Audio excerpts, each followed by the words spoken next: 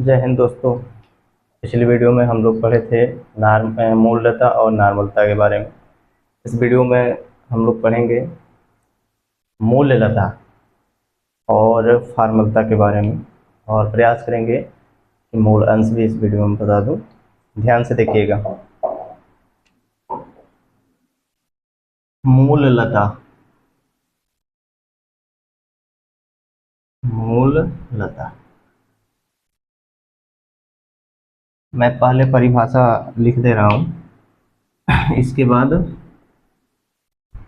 इसे समझाऊंगा। मूललता का परिभाषा सेम वही, अंतर सिर्फ इतना है कि आप लोगों ने मूललता में परिभाषा पढ़े थे कि 1 लीटर विलयन में उपस्थित विलेय के मोलों की संख्या को मूललता कहते हैं। यहाँ पे हम लोग पढ़ेंगे 1 किलोग्राम विलायक में, वहाँ विलयन था 1 लीटर, यहाँ 1 किलोग्राम विलायक, बस यही अंतर है। 1 किलोग्राम विलायक में उपस्थित विलेय के मोलों की संख्या को विलयन की मूललता कहते हैं। इसे स्मॉल एन से प्रदर्शित करते हैं। सेम फार्मूला वही रहेगा। ध्यान से देखिए, मैं इसे लिख दे रहा हूं। 1 किलोग्राम विलायक में, 1 केजी विलायक में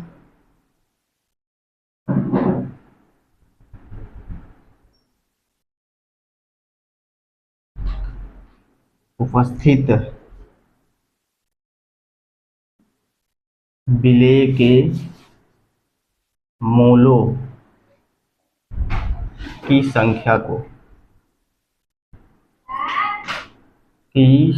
को मूललता कहते हैं। मूललता कहते हैं। इसे स्मॉल एम से प्रदर्शित करते हैं। इसे स्मॉल एम से प्रदर्शित करते हैं। से प्रदर्शित करते हैं, वही है। मूललता में हम लोग 1 लीटर विलयन लेते हैं, यहाँ पे 1 किलोग्राम विलायक लेंगे। विलायक में उपस्थित विलेय के मोलों की संख्या को विलयन की मूललता कहते हैं। इसका फार्मूला देखिए, लिख लेते हैं। इसका फार्मूला होगा मूललता बराबर विलेय के मोलों की संख्या बटा विलायक का भार किलोग्राम में। बस ध्यान से देखिए। मूललता, मूललता स्मॉल एम बराबर विलेय के मोलों की संख्या, मोलों की संख्या बटा विलयन का, विलायक का, विलायक का भार किलोग्राम। केकरा के तनी सटा दिया बढ़िया से, हाँ तो ये चमके लगेला। मूललता बराबर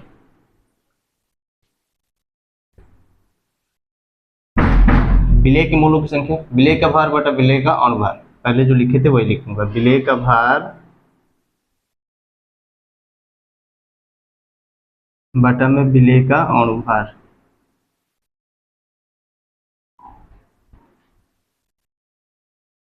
विलेय का अनुभार पूरा बटा हो जाएगा विलायक का भार, विलायक का भार किलोग्राम में। इसे स्मॉल एम से प्रदर्शित करते हैं। ये आपका फार्मूला हो गया। और आप चाहो तो इसे ऐसे भी लिख सकते हो। स्मॉल एम विलेय के भार, हमने वहाँ पे अब यहाँ एम स्मॉल मान लिए हैं, तो विलेय का अनुभार W1 मानेंगे और विलेय का विलेय का भार W1, अनुभार M1 मानेंगे ऐसे। तो विलेय का भार को हम यहाँ पे मान लेते हैं W1, अनुभार को M1 मान लेते हैं, और विलायक का भार कैपिटल W हो जाएगा, या यहाँ केजी में रहेगा। अगर ये ग्राम में रहेगा तो सेम W1 बटा में M1 बटा में कैपिटल W और बटा में 1000, या आप इसको ऐसे लिख सकते हो W1 गुणे 1000 हाँ, बटा में कैपिटल W गुणे M1, ये आपका फार्मूला हो जाएगा। स्क्रीनशॉट ले लीजिए, फिर अगला मैं बता रहा हूँ। अगर कहीं दिक्कत हो तो कमेंट कीजिएगा।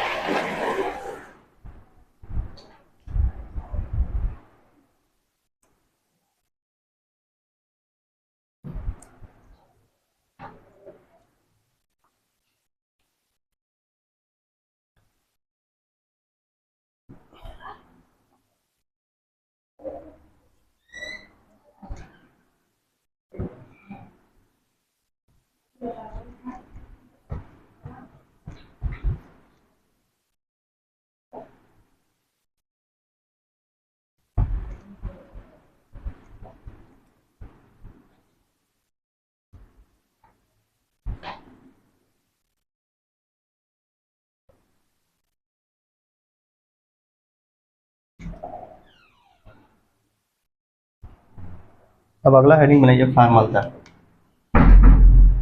फार्मलता,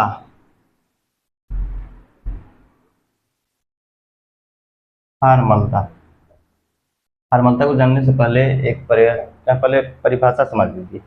जैसे आप मूललता में पढ़ते हैं कि 1 लीटर बिलियन में उपस्थित विलेय के मूलों की संख्या को बिलियन की मूललता कहते हैं, उसी तरह से फार्मलता में हम कहेंगे 1 लीटर बिलियन में उपस्थित विलेय के ग्राम सूत्रभारों की संख्या को विलियन की फार्मलता कहते हैं। ग्राम सूत्रभारों की संख्या, अभी ग्राम सूत्रभार क्या होता है मैं बता रहा हूँ, पहले परिभाषा लिख दे रहा हूँ तब।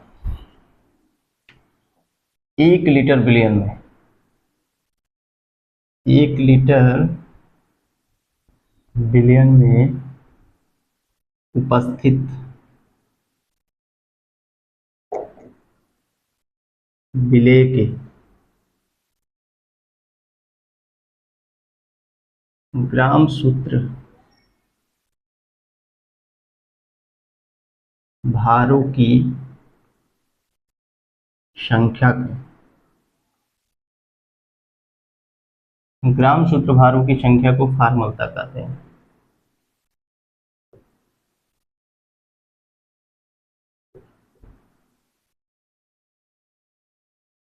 फार्मलता कहते हैं, इसे कैपिटल F द्वारा प्रकाशित करते हैं, इसे कैपिटल F द्वारा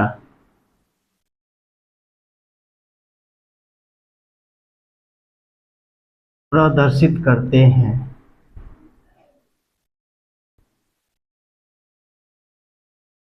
इसका फार्मूला मैं लिख दे रहा हूं, फार्मलता बराबर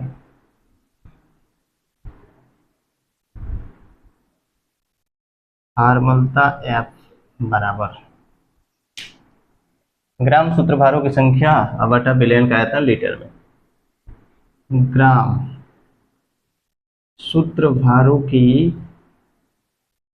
संख्या बटा बिलियन का आयतन लीटर में।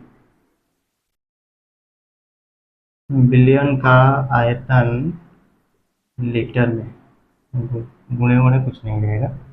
अब ग्राम सूत्रभार बराबर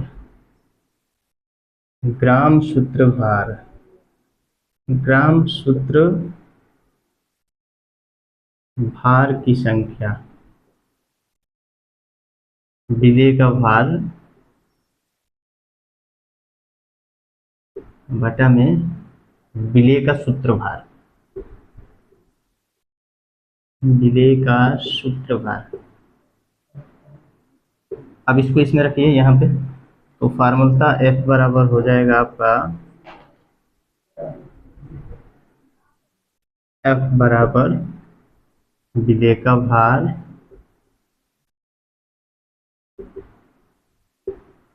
विलेय का सूत्रभार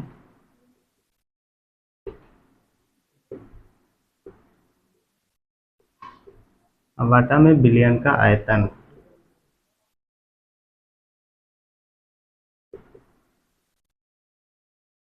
विलयन का आयतन लीटर में। ठीक,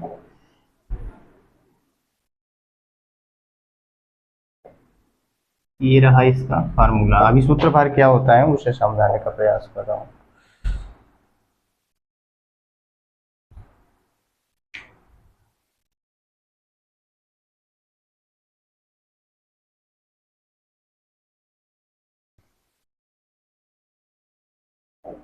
ध्यान से देखिए, सूत्रभार क्या होता है समझ लीजिए। जैसे हम लोगों ने यहाँ पे जल लिया और जल में हमने चीनी को डाल दिया, तो चीनी का जो अणुभार होगा उसे मोलर द्रव्यमान कहेंगे। C12H22O11, ये अकेले ही घुलेगा, ये मोलर द्रव्यमान इसका हो गया। परंतु कुछ ऐसे भी पदार्थ होते हैं जिनको जल में डालने के बाद उनका संगुणन हो जाता है। संगुणन का मतलब समझिए, जैसे हमने किसी चीज को जल में डाला, वो एक था, लेकिन जब वो घुलेगा तो दो के साथ घुलेगा, तीन के साथ घुलेगा, ऐसे घुलता है। इनको हम कहते हैं ग्राम सूत्रभार। जैसे आपका बेंजीन है, बेंजीन का फार्मूला आपको पता होगा, C6H5COOH होता है। इसे आप जैसे ही जल में डालेंगे, ये एक नहीं, अब ये हो जाएगा दो, यानी कि ये होगा C6H5COOH का ट्वाइस। ये इस रूप में इस रूप में घुलेगा। अब इसका अणुभार था, सी का होता है 12 6 है, प्लस हाइड्रोजन का 1 × 5 प्लस कार्बन 12 प्लस 16 × 2 प्लस का 1 बचा 71 हो गया, प्लस 5 12 प्लस 16 दूनी के 32 प्लस 1, यहाँ से एक 6 हो जाएगा, तो 12 × 6 78 प्लस 12 प्लस 32 जोड़ दीजिए, ये 44 हो जाएगा। 78 प्लस 2 2 4 3 1 4 8 4 12 के 2 7 4 11 1 12। अब इसका 122 हुआ परमाणु भार। इसका जो परमाणु भार होगा 122 होता है, परंतु जैसे इसे जल में डालेंगे ये दो हो गए, दो के साथ घुलेगा। अब इसका परमाणु भार यहाँ पे 122 × 2 लिखेंगे, तो ये हो जाएगा आपका 244 है। ये 244 ही क्या कहलाता है, इन्हीं को हम कहते हैं सूत्रभार। इन्हीं को हम कहते हैं क्या, सूत्रभार। समझ में आया? यानी कि ये जैसे ही पानी में घुलेगा तो दो के साथ हो जाएगा, हो सकता है तीन के साथ भी हो जाए। तो दो के साथ हुआ तो इसका अब अणुभार हम लोग एक ले रहे थे, जोड़ने के बाद जो भी आ रहा था, अब उसमें 2 से गुणा करना पड़ेगा। अभी 2 से गुणा करेंगे तो जितना आएगा वही उसका सूत्रभार होगा। बस यही अंतर है सूत्रभार और अणुभार में। कोई दिक्कत तो समझिए, स्क्रीनशॉट ले लीजिए, मैं एक न्यूमेरिकल करा रहा हूँ, इस पे आपको क्लियर हो जाएगा।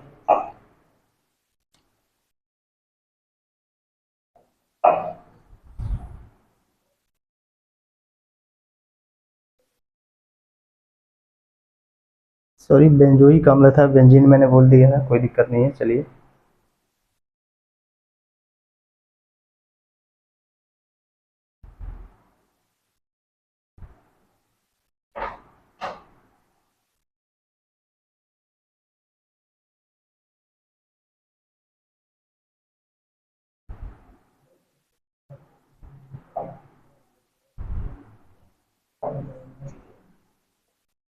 चलिए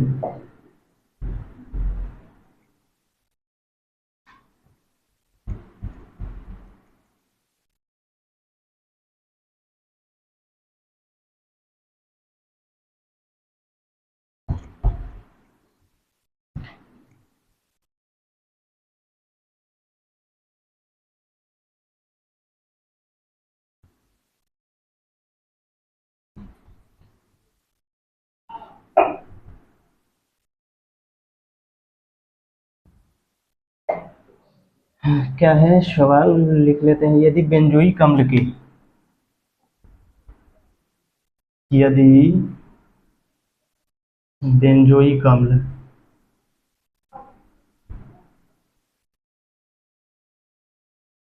यदि बेंजोइक अम्ल के 24.4 ग्राम को 4 लीटर बेंजीन में घुला जाता है, 24.4 ग्राम को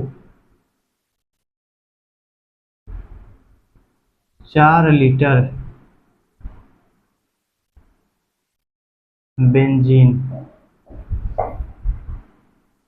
में घोला जाता है,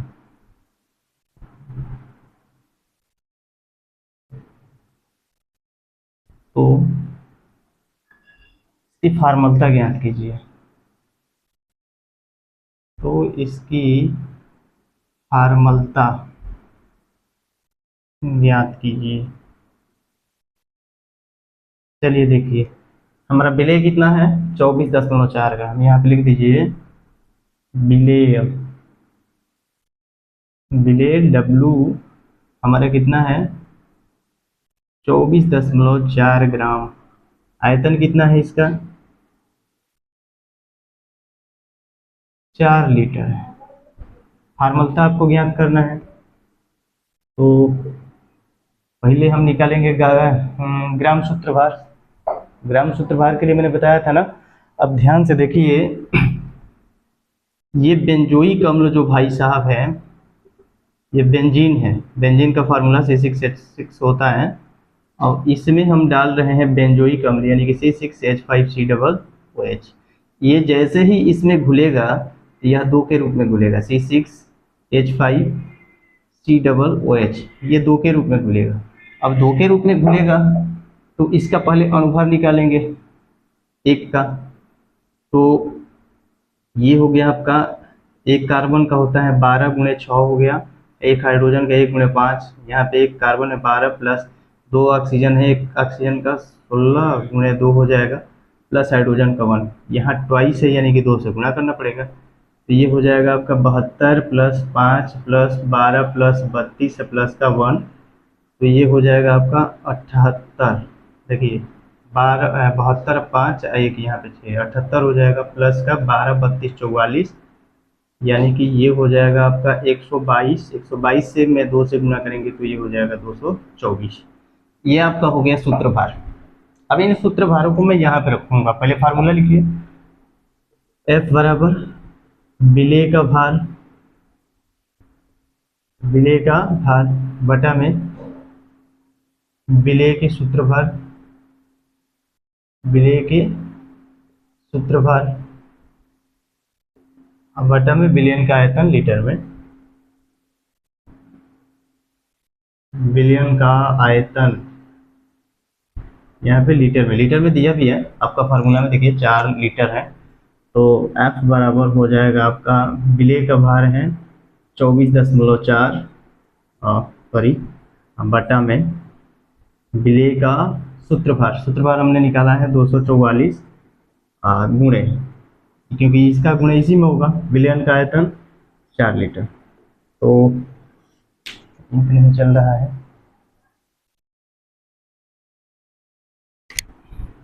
F बराबर हो जाएगा 24.4 बटा में 2 4 4 गुणे 4। एक काम करते हैं, इससे इसमें भाग दे देते हैं, या 10 से गुणा करेंगे तो नीचे भी हो जाएगा, पड़ जाएगा क्या,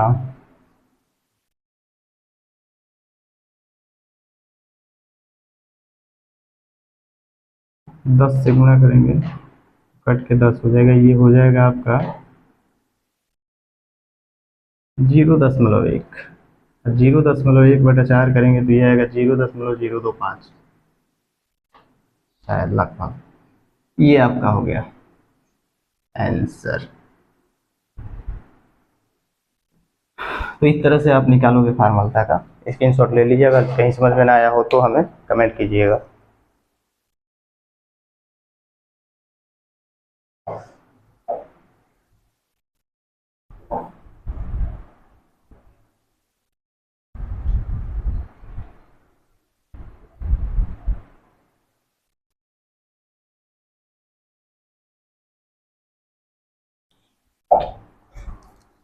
अब आइए मूल अंश बता रहे हैं, मूल अंश को ध्यान से देखिएगा।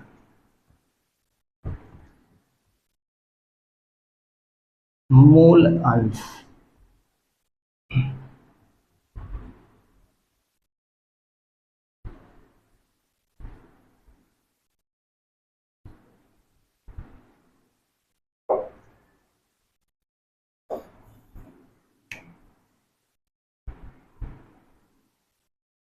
मूल अंश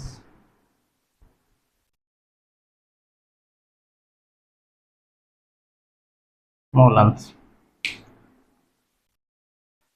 मूल अंश को जानने से पहले देखते हैं, यहाँ पे हमने ले लिया जल,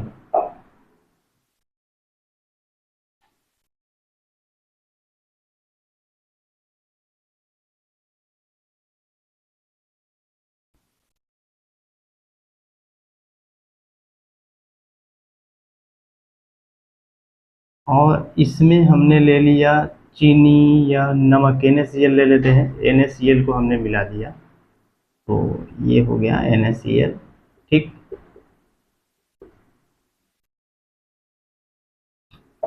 ठीक है। अब यहाँ पे पहले लिखिए, देखिए ध्यान से देखिए, दो इसमें है, एक ए पदार्थ है, NaCl बी मान लेते हैं इसे, तो माना ए का द्रव्यमान, ए का द्रव्यमान MiF हो गया, बी का द्रव्यमान Mb हो गया। अब ए का मूल निकालना होगा, तो कैसे निकालेंगे, क्योंकि ए का मूल बराबर ए का मूल Na हो गया, बी का मूल Nb। Na क्यों, एन मोलों को n से इंडिकेट करते हैं, इसलिए हमने n लिया है। दो पदार्थ हैं, नमक और जल है। हम मान लेते हैं कि कोई नमक ही हमारा क्या है, A है, हमारा जल क्या है, B है, कोई भी मान सकते हैं अपने से। हमने दो पदार्थ मैंने मिलाया, नमक और जल को मिलाया। मैं मूल अंश की परिभाषा बताने का प्रयास करूँ। इसे मूल प्रभाज भी कहा जाता है, इसे मूल प्रभाज भी कहा जाता है, इसे मूल प्रभाज भी कहते हैं। मूल प्रभाज कहिए या मूल अंश कहिए, दोनों का मतलब एक ही है। अब देखिए इसकी परिभाषा क्या होगा। हो सकता है कि आपने दो से अधिक पदार्थ को मिलाया है, मैंने तो यहाँ पे दो ही को मिलाया है, जल और नमक को। आप कितना भी मिला सकते हैं, उस पर कोई फर्क नहीं पड़ने वाला है। इसका परिभाषा यह होगा कि हमने विलयन में जितने पदार्थ को मिलाया है, हमें जिसका मूल अंश निकालना है, मान लेते हैं कि ए का हमें मूल अंश निकालना है, तो ए के मूल बटा, हमें जिसका निकालना है, मैं उसकी परिभाषा बताने जा रहा हूँ, ए का मूल बटा इस विलयन में उपस्थित जितने भी पदार्थ हैं उन सबके मोल का योगफल। तो यहाँ हमारा दो ही है, यानी कि ए का मोल प्लस बी का मोल, दो ही है ना हमारा, बी का मोल दो ही है, के अनुपात को हम कहते हैं मूल अंश।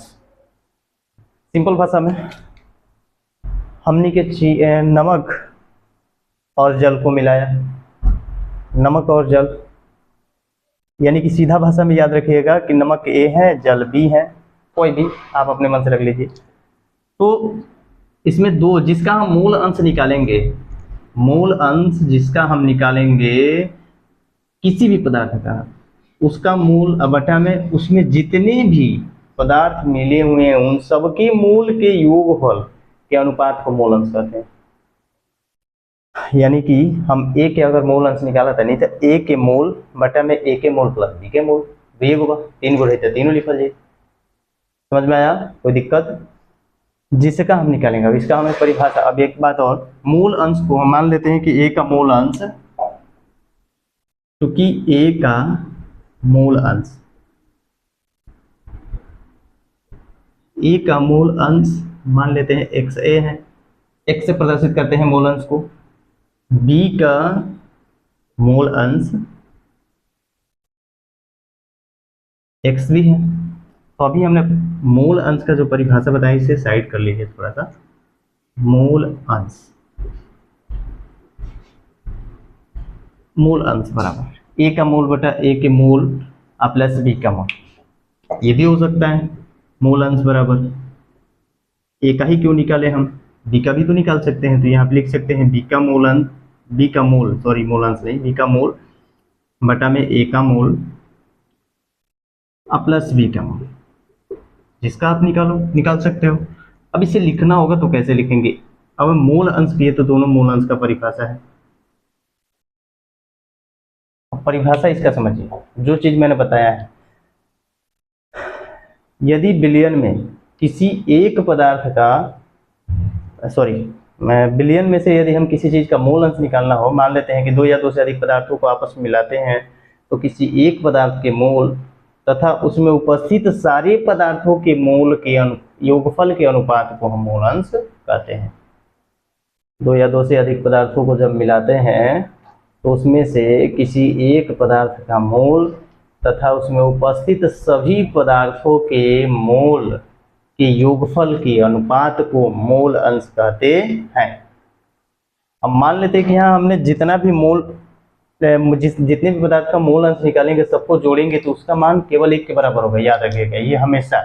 हमने तो यहाँ पे दो ही रखा है, तो मोल अंश का पहले परिभाषा हमें मान लेते हैं कि ए का हमें मोल अंश निकालना हो तो ध्यान से देखिए, एक से लिखेंगे ए का मोल अंश निकालना हो तो जिसका मोल अंश निकालते हैं उसका मोल ऊपर रहेगा, यानी कि एन ए बटा में हो जाएगा N A plus N B. ये हो गया आपका समीकरण एक, मान लो इसे, क्योंकि हम लोग दो ही मिलाए हैं। अगर हमें दूसरे का निकालना हो एक्स बी का तो ऊपर हो जाएगा एन बी बटा में हो जाएगा N A plus N B. अभी मैंने एक और चीज बताया कि कितना भी मोल हो सभी मोलों का योगफल सदैव एक के बराबर होता है, अर्थात यानी कि एक्स ए प्लस एक्स बी बराबर हो जाएगा 1। इसे प्रूफ करके देख लीजिए, एक्स ए बराबर ये वाला एन ए बटा में N A plus N B. यहाँ एक्स बी की जगह पे क्या लिखेंगे, यहाँ से देखिए एन बी बटा में N A plus N B. इसको आगे मैं बढ़ा दे रहा हूँ, एलसीएम लेंगे आप तो नीचे तो वही रहेगा N A plus N B. अब देखिए एन ए से N A plus N B से एन कट जाएगा, ऊपर बचेगा एन ए, तो एन ए हो जाएगा यहाँ से, इससे ये कैंसिल हो जाएगा तो ऊपर क्या बचेगा एन बी हो जाएगा। ये कट के कितने के बराबर आ गया, एक के। तो एक्स ए प्लस एक्स बी का मान कितना आएगा, एक के बराबर आएगा। अगर कोई दिक्कत हो तो मैं बताइएगा, मैं यहाँ पे परिभाषा इसका लिखने का प्रयास कर रहा हूँ।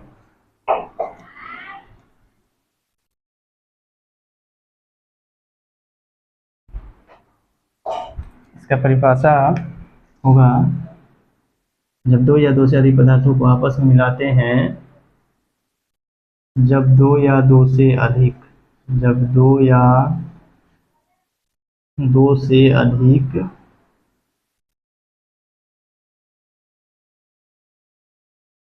पदार्थों को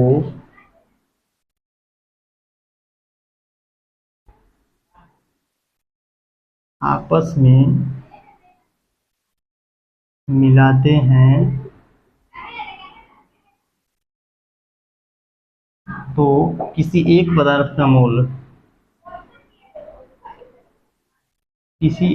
पदार्थ का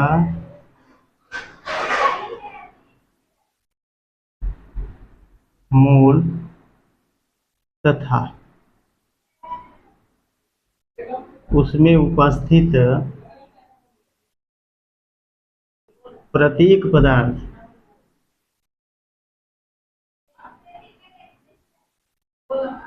पदार्थ के मोलों लिखिए, मोलों के योगफल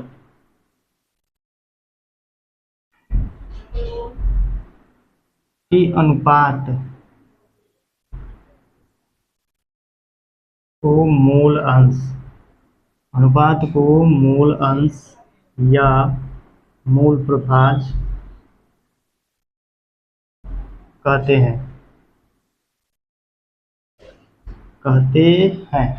इसे एक्स से प्रदर्शित करते हैं